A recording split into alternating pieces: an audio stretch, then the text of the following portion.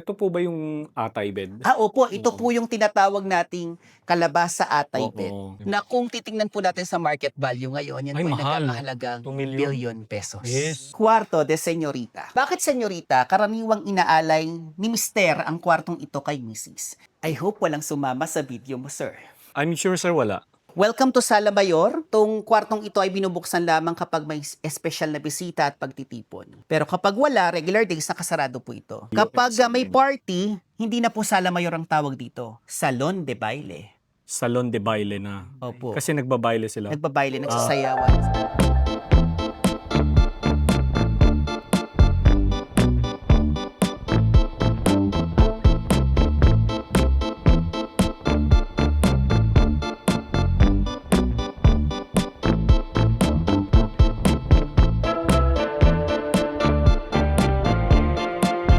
Amin dito.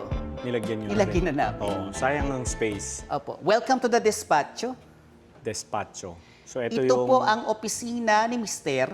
Kaya lang ang rules dito, ang asawa, babae, at Oo. mga anak ay bawal pumasok. Ganun Only po? business partner. At Dito ang mga kasi- business partner, mga mayayamang mga lakal, mga Chino, mga Kastila, na 7-footer ang tatangkad, ang lalaking tao. Kaya ang ginagamit sa floor ay mahogany.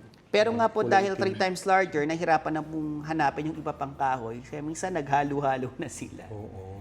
And niremain na lang po yung kulay na dark para magmukha siyang pure mahogany. Ganda. And then, kung mapapansin po natin, meron tayong mga animal horns. Nandiyan ang Philippine White Spotted nga, no? Deer horns na ginagamit na trophy na kapag daw nanalo ka sa hunting competition, yun daw Gano? ang prize mo.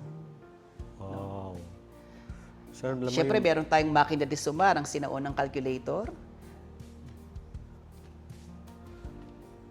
Alam mo, sir, yung mga gamit dito, karamihan hindi ko pa nakita sa mga... Opo. Sa Yan po ay dami-daming bahay na pag-aari napuntahan ni ko. Governor Macario Arnedo Shoco. Siya po yun. Okay, diretso naman tayo dito sa kabila.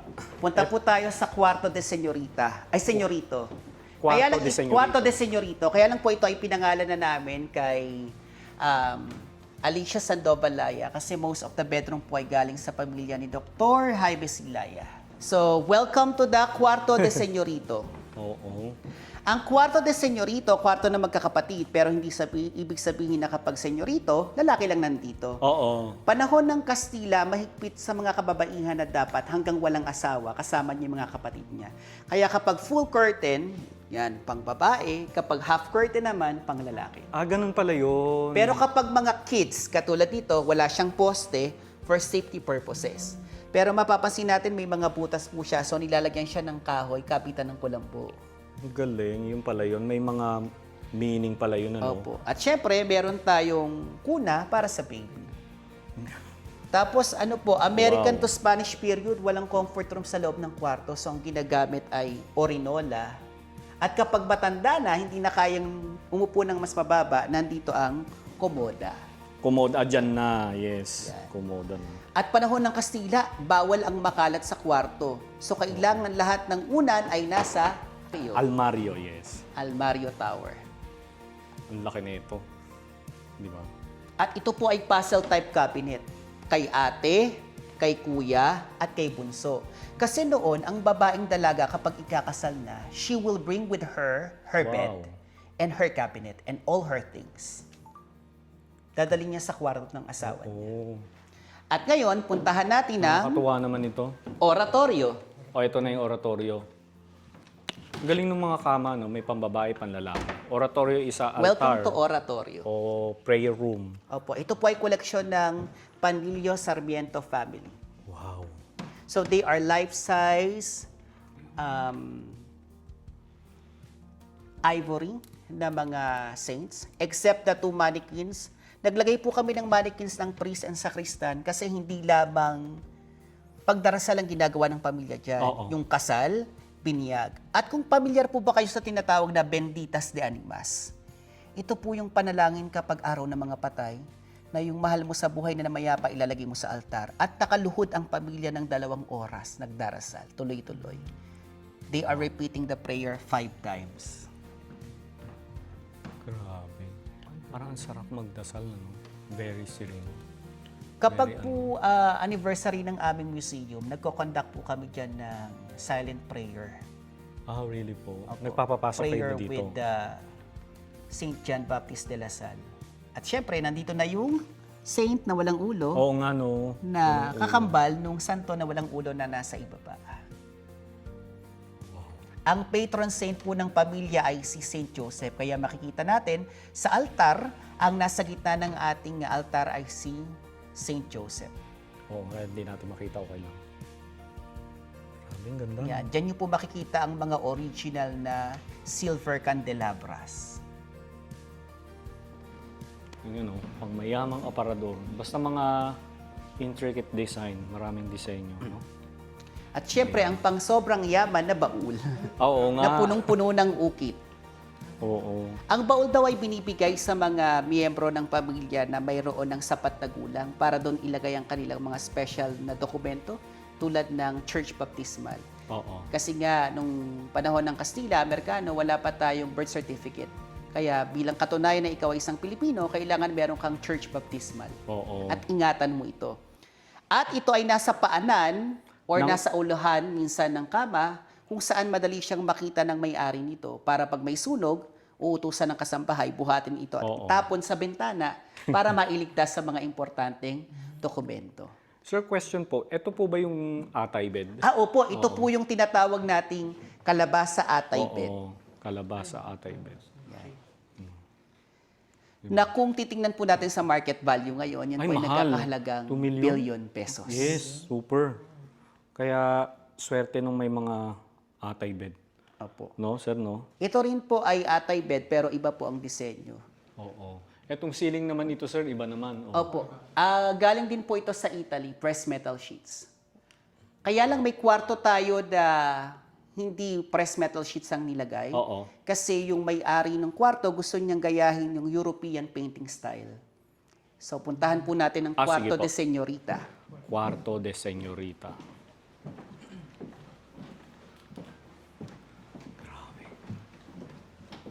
Wala na po kaming space kaya nandito na ang almaryo. Oo nga, may Nandito almaryo na ang na rito. persiana.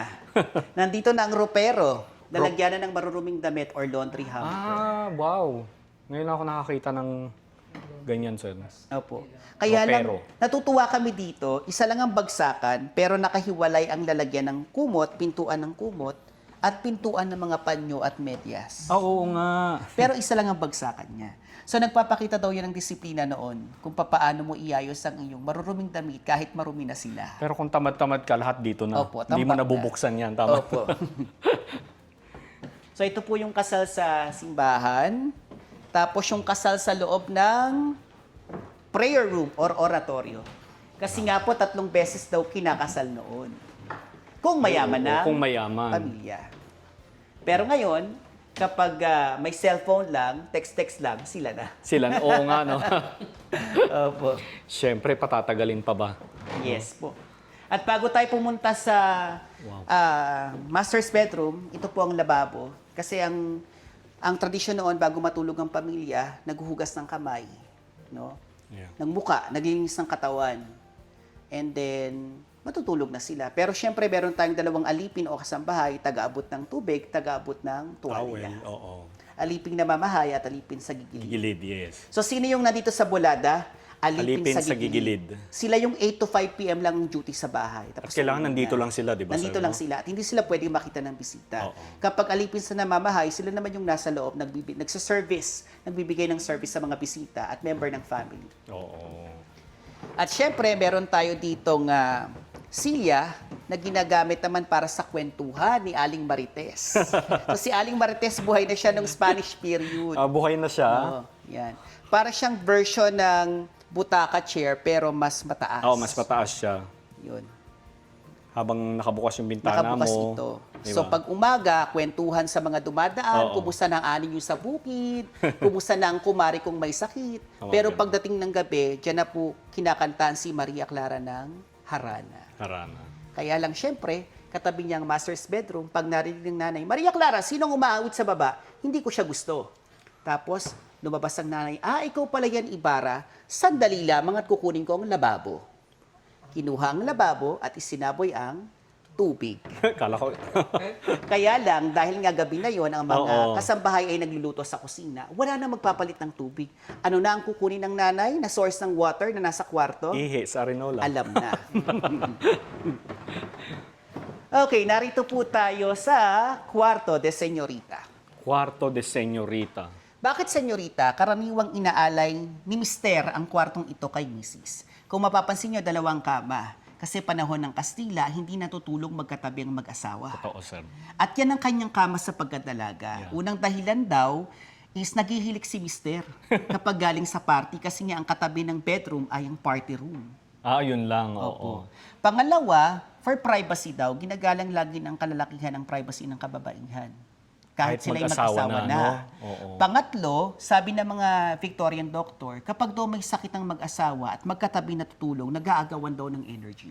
So, hindi nakaka-recover yung isa. So, mas maganda maghiwalay Hiwalay sila. ng Kaya bigaan. lang, nung dumating ang mga Amerikano, tinuruan tayo na dapat to ang mag-asawa magkatabi natutulog. Oo Kasi nagkakaroon ng emotional and relationship gap. So, na-discover naman ng mga American doctor, panahon ng Kastila, maraming mag-asawang naghihiwalay. So, ang ginawa nila, gumawa sila ng mas malaking kama. Ang tawag doon, the king-size bed. Oo nga. So, magkasama na sila. Kaya pag pumasok po kayo sa kwarto, nakita nyo dalawa ang bed. Spanish period ang tema. Kapag isang bed, American period. American Pag wala ng bed, Alam na. Japanese period. Yes. Less design, less furniture. Wow. Yung ceiling po natin gawa sa water-based painting. Gawa po yan ng mga sinaunang pintor ng Cavite. Ang ganda. So kung familiar kayo nung mga 1990s, yung mga billboard sa sinihan, sa Baclaran. Oo, Yung gumagawa po ng mga painting doon, sila po yan. Sila yan. Ang tawag po dyan ay trompe-l'oeil technique painting. So, three-dimensional, may mga shadow. Kasi yun daw ang pampaantok noon eh. Dahil wala pang cellphone, tumingin ka lang dyan, malilibang ka na, antokin ka na. Antongin ka na. At nakikita niyo po ba yung photo frame sa taas ng mirror?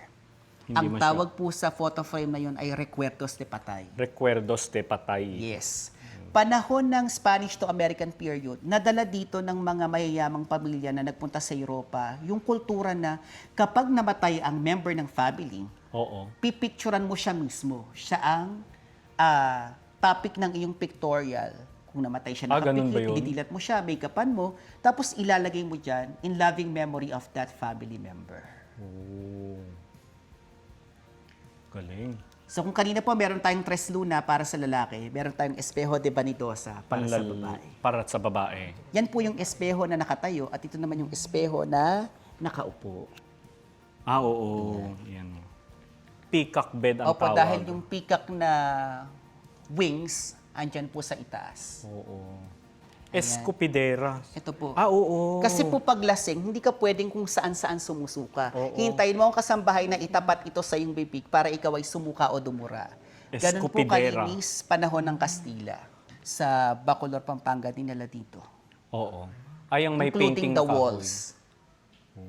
Ang hindi na lang po talaga luma is yung mga sementado. Kasi kailangan, sabi po ng mga engineer ng museum namin, kailangan ito ay tumatag sa intensity 15 earthquake. Oo. So ginawa po siyang sobrang tibay. Ang hindi lamang po na-recover yung mga pako na gawa sa tanso. Kasi ang nilalagay daw pong mga pako sa bentana ay mga tanso o mga brass. Kasi pangontra ito Oo sa laman nga. lupa. Pero yan po ay bakal. So buksan po natin ang bentana. Di ba?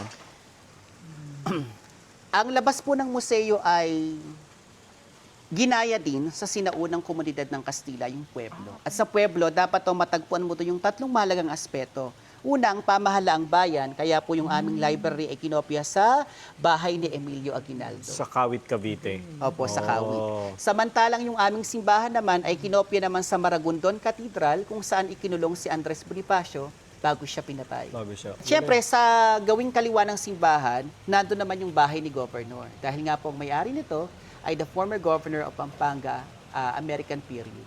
Sir, itong bahay na ito, nakikita Ayan ko. po ang pinagayahan nitong ating museo. Ayan po Yan. yun. Bahay po ng Joven Panlilio House sa Bacolor, Pampanga. Pero po yung hagdan natin, ginaya naman po yun sa Kema House sa Vigan. At syempre, dito sa ating bentana, bawal ang bata. Panahon ng Kastila, bawal sumama ang mga bata sa matatanda. So, ang ginagamit nila ay ang ventanilla. Oo, yan na. So, meron po tayong fentanyl. Diyan na lang sila sisilip. Opo, dyan po sila sisilip. Yan. Kaya lang, sinasarado po namin palagi kasi nga po tayo ay napapaligiran ng napakaraming pudo. At saka yung alikabok, sir. Yun nga Mahirap maglinis. Mahirap po Diba? maglinis. Kaya kailangan na lang isara. Hindi naman kailangan. Yan. Okay, welcome to Sala Mayor. Itong kwartong ito ay binubuksan lamang kapag may espesyal na bisita at pagtitipon. Pero kapag wala, regular days, nakasarado po ito. Kapag may party, hindi na po Sala Mayor ang tawag dito. Salon de Baile. Salon de baile na. Opo. Kasi nagbabaile sila. Nagbabaile, nagsasayawan. nagsasayawan. All the furnitures are lifted to the side para magamit po yung space. Siyempre, proudly presenting our Sofa Mariposa. Sofa mariposa, wow. Pero may mas kinakatakutan po ang mga babae noon na upuan. Ano, sir? Pamilyar po ba kayo sa Silla de Cortejo? Ah, hindi, Ito sir. pong front-to-front chair. Oh, this one. Yan. Yan po yung silyang magkadikit na kapag daw po yan ay inilabas sa pagtitipon, may isang lalaki at babaeng i-arrange ang marriage. Ganun ba yun? After the party, ikakasal na sila. Kaya kinakatakutan. Kinakatakutan siya ng mga kababaihan. Oo. Kaya nga sa kwento ni Jose Rizal, ang Maria Clara tumakas sa pagtitipon. Kasi daw, nakita niya ang Silla de Cortejo. Oo. Anong ginawa niya? Pumunta sa azotea, nakipagtagpo kay Ibarra. Doon siya Oo nga. nakipag-date. Yes. Ayan, ang ating pong Sala Mayor ay ginaya naman sa disenyo ng Ayuntamiento Building or Bahay Pamahalaan ng Spain. At ang kulay, kinuha naman sa Spanish flag na bandera Espanyola, red and gold. Red symbolizes power and gold symbolizes wealth. Ang ganda nung ceiling, sir. Oh. Opo. Those Yan naman po ay painting. kinopya ng mga artist natin sa mga ibon at halaman ng Pilipinas. Ang tawag po dyan ay Birds of Paradise. Birds of Paradise. Kasi nga, ang Cavite daw ay napapaligiran ng coastal area. At Noon. saka mga forest trees na maraming migratory birds. At kung pamilyar kayo sa ceiling aranya, meron tayong table aranya. Ceiling aranya. Yes po. Yung chandelier na nasa kisame, Oo. pero may chandelier na pang lamesa din. O, di ba? Yan, mga lamesa de aranya. Kasi nga daw yung mga party noon, merong mga pagkain sa table para mas maliwanagan, naglalagay po dyan. O, ang sinaunang traje de mestiza na 8 layers. Grabe, ang bigat niyan. Opo, kaya yung mga babae noon kapag sumasayo ng party, ganyan-ganyan lang sila. Oo. Ano Kasi- po yan? Spanish period. Pero pagdating ng Grabe yung American gown. period, ito na siya. Ano na, Mas sir? less na ang tela. O manipis na. Mas manipis na. Ang dami. Kasi yan na nauso yung mga rock and roll, mga fast beat na tugtugan. The music, Opo. oo. Pero kasi nung Spanish period, mga harana, kuntiman, mababagal lang ang galaw. Oo nga, manipis na nga. You know. At syempre, puntahan natin, after the party area, meron tayong dining area. Welcome to the Comedor. Wow. So dito po tayo sa kabila para mas kita nyo ang view. Oh my gulay. Dito tayo sa kabila para daw mas makita natin.